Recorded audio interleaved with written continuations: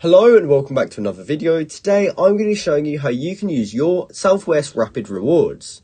Now this is a very quick and simple thing to do, so make sure you watch this video all the way to the end so you don't miss any important steps. Now in order to actually use our Southwest Rapid Rewards, we must first head over to the Southwest website, and once you've done that it should look similar to what's on screen now. Now from here we can go up to the top right corner and look for this section that says Rapid Rewards.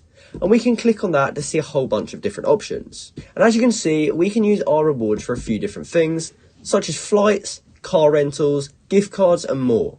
So what you want to do from here is actually choose which one appeals to you the most. Because if you have some points left over and you're actually planning on taking a flight soon, it could be a good idea to redeem your points for a flight. So all you'd have to do is enter in this information, and then as long as points is ticked up here in the top right, that means that when it comes time to check out, as long as you are logged into your account, you'll be able to pay with the points in your balance. Now, of course, you can also use it for car rentals and gift cards and more.